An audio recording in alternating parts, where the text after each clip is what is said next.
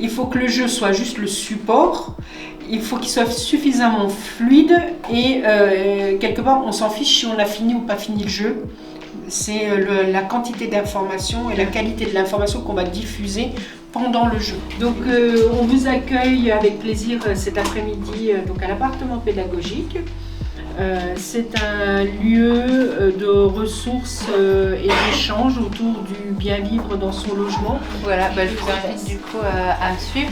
Ça vous permettra un petit peu de mieux savoir ce qu'on peut proposer ici. Vous allez trouver sur tous les affichages tout ce qui va être sur les droits et devoirs du locataire.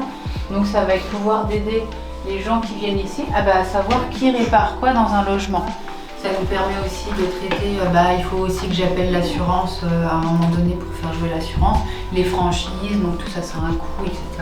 C'est pour ça qu'il y a des numéros, parce que ça fait partie de l'escape game. On a commencé à faire des animations collectives à l'extérieur dans les chantiers d'insertion du département du Val d'Oise. Donc des publics qui effectivement sont dans des situations précaires, pour qui la question de logement peut être un frein à l'insertion professionnelle. Vous avez vu en fait, tous nos supports, on les a créés à la main, ça se voit. Que du fait maison. Voilà, donc ça c'est vraiment un panneau d'affichage pour venir sensibiliser, donc vous allez trouver les risques et derrière en fait les solutions. Tant de mots, on sensibilise, on a un vieux meuble, on veut le retaper, combien ça peut coûter. Après, ce qu'on dit c'est qu'il vaut mieux faire un petit bain qu'une douche de 30 minutes. Tu feras le calcul, 60 litres d'eau pour 4 minutes. Les 30 minutes l'eau.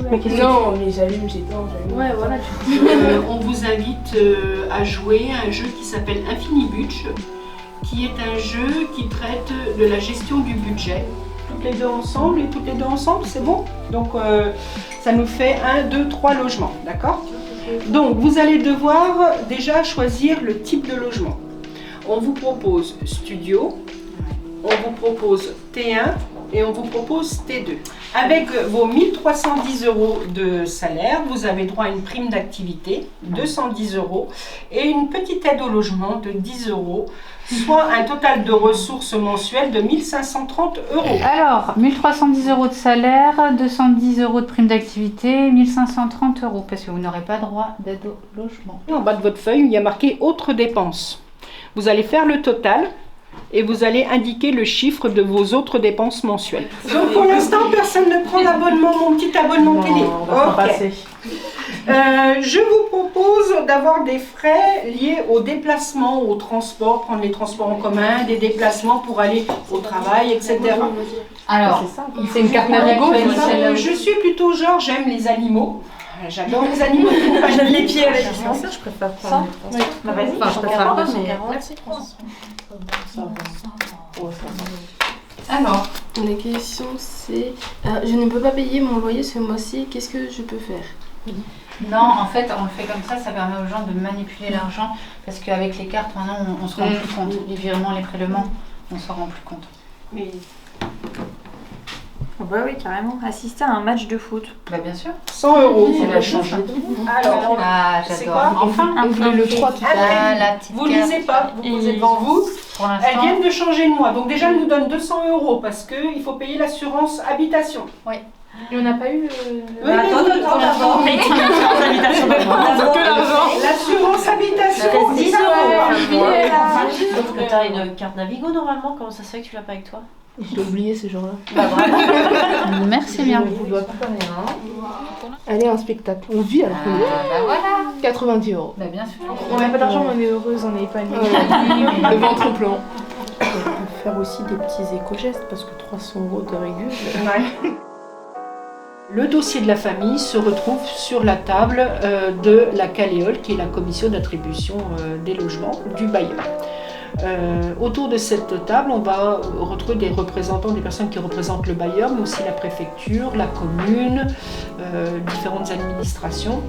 Ils sont 6-8 autour de la table, après ça dépend des structures des bailleurs. Mais voilà. Et ils vont avoir entre les mains le dossier de chacune des familles qui est proposée pour ce logement-là. Donc c'est aujourd'hui, vous, les membres de cette commission.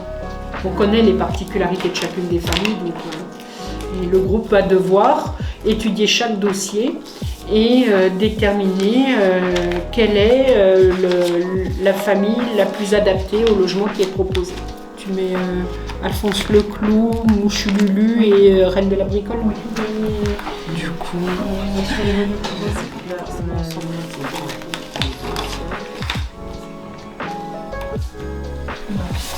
ok.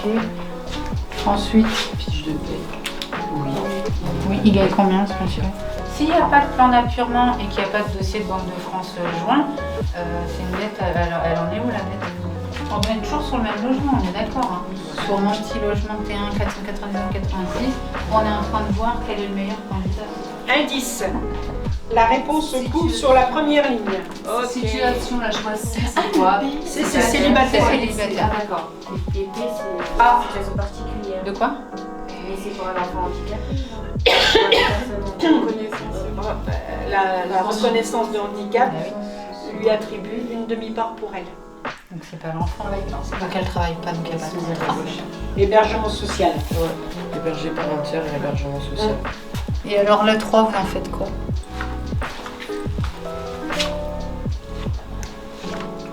Ça peut être en rang 3, en refus catégorique. Le dossier n'est pas parfait. Et En plus, elle travaille pas. on a prévu qu'elle ait un statut de réfugié, il faut bien l'aider cette dame. Donc ça serait plutôt sur du rang 3